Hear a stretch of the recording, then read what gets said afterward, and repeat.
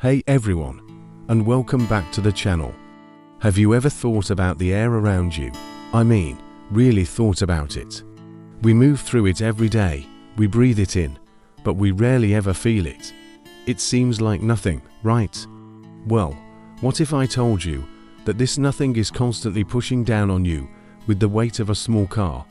That's right, every single second of your life. Sounds crazy, but it's true.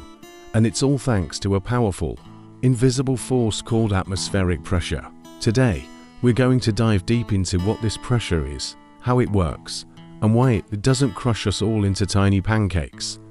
Get ready to have your mind blown by the air you breathe.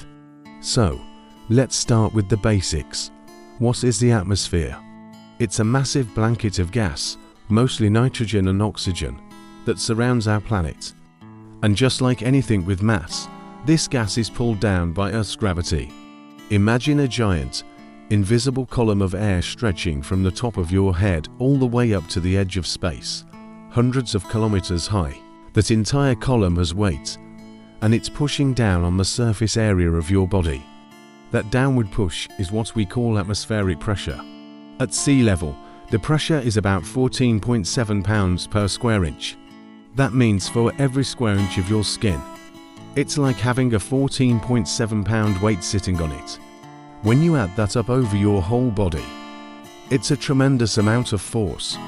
Now, you're probably thinking, if there's so much pressure pushing down on me, why don't I feel it? Why am I not crushed? That's an excellent question. And the answer is beautifully simple. The pressure isn't just coming from above. It's coming from all directions. The air is a fluid, which means it flows and exerts pressure equally in every direction. So, while you have a column of air pushing down on your head, you also have air pushing up from underneath you and in from the sides. But the real secret is what's happening inside our bodies. The fluids and gases inside us, like the air in our lungs and the liquid in our cells, are also under pressure. This internal pressure pushes outward, perfectly balancing the external atmospheric pressure pushing inward. It's a perfect equilibrium, a constant, invisible tug of war that keeps us in one piece. If you were suddenly teleported to the vacuum of space without a suit, this internal pressure would have nothing to push against, and, well, let's just say it wouldn't be pretty. Let's do a simple experiment you can try at home to see this pressure in action. All you need is a glass, some water, and a piece of cardboard or a coaster. Fill the glass with water right to the brim. Now, place the cardboard flat on top of the glass, making sure it covers the entire opening. Hold the cardboard in place and carefully, over a sink just in case, turn the whole thing upside down. Now for the magic moment. Gently take your hand away from the cardboard. What happens? The cardboard and the water stay in place, defying gravity. Why? It's atmospheric pressure. The air pressure pushing up on the outside of the cardboard is stronger than the weight of the water pushing down. This invisible upward force is holding everything in. Isn't that cool? It's a perfect demonstration of how powerful this unseen force really is. Atmospheric pressure isn't the same everywhere on Earth. It changes with altitude. As you go higher up, say, climbing a mountain, there's less air in the column above you. Less air means less weight, which means less pressure. This is why your ears might pop when you drive up a mountain or take off in an airplane. The pressure inside your ear is trying to equalize with the lower pressure outside. That pop is a tiny bubble of air moving from your inner ear to your throat to balance things out. It's also why boiling water is different at high altitudes. At sea level, water boils at 100 degrees Celsius or 212 degrees Fahrenheit. But on top of Mount Everest, where the air pressure is much lower, water boils at only about 71 degrees Celsius. Why? Because boiling happens when the vapor pressure of the water equals the atmospheric pressure pushing down on it. With less pressure pushing down, the water molecules need less energy or heat to escape as steam. So you could boil an egg in that water, but it would take forever to cook because the water isn't actually that hot. This change in pressure is also crucial for something we all check from time to time, The weather forecast. Weather patterns are driven by differences in atmospheric pressure. You've probably heard meteorologists talk about high-pressure systems and low-pressure systems. A high-pressure system is an area where the air is sinking and is more dense.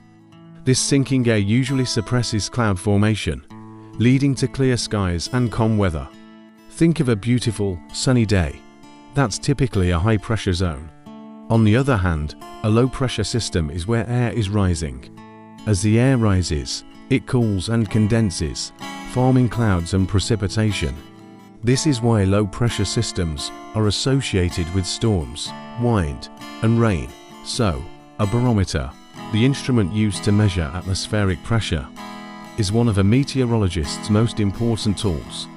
A rapidly falling barometer means a low-pressure system is moving in, and you should probably grab your umbrella.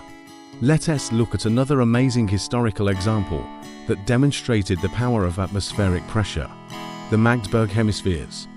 Back in 1654, a German scientist named Otto von Guericke wanted to show everyone just how strong this invisible force was.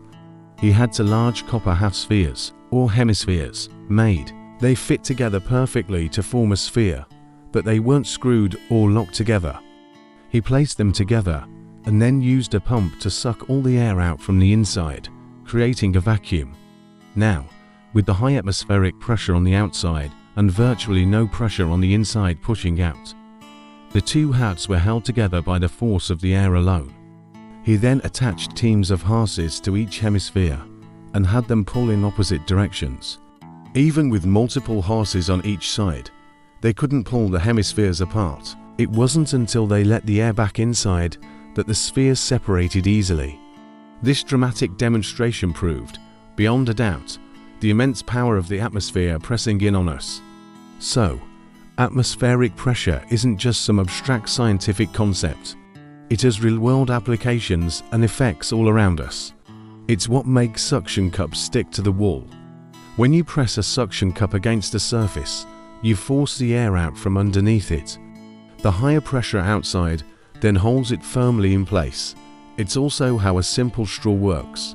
When you suck on a straw, you're not actually sucking the liquid up. You're reducing the air pressure inside the straw. The higher atmospheric pressure on the surface of the drink in the glass then pushes the liquid up the straw and into your mouth. Every time you enjoy a drink with a straw, you're using atmospheric pressure. It even plays a role in how we breathe. When you inhale, your diaphragm contracts, increasing the volume of your chest cavity. This lowers the pressure in your lungs, and the higher pressure air from the outside rushes in to fill the space. Breathing is essentially a pressure balancing act. From drinking your favorite soda to predicting a thunderstorm, atmospheric pressure is a fundamental force that shapes our world and our lives in countless ways. It's the reason we can fly in airplanes, the reason our ears pop on a mountain, and the reason we don't get crushed by the weight of the sky. This invisible ocean of air we live at the bottom of is constantly pressing, shaping, and influencing everything around us. It's a silent, powerful force that keeps our planet habitable and our bodies intact. So next time you feel a gentle breeze or look up at the clear blue sky, take a moment to appreciate the immense, invisible weight of the atmosphere. It's one of the most incredible and ever-present forces of nature. It's a constant reminder that sometimes the most powerful things are the ones we can't even see. Thank you so much for joining me on this deep dive into atmospheric pressure. I hope you learned something new and have a newfound respect for the air around you. If you enjoyed this video and want to explore more amazing science topics, don't forget to hit that like button and subscribe to the channel so you don't miss our next adventure. Let me know in the comments below what other science mysteries you'd like us to unravel. Thanks for watching, and I'll see you in the next one.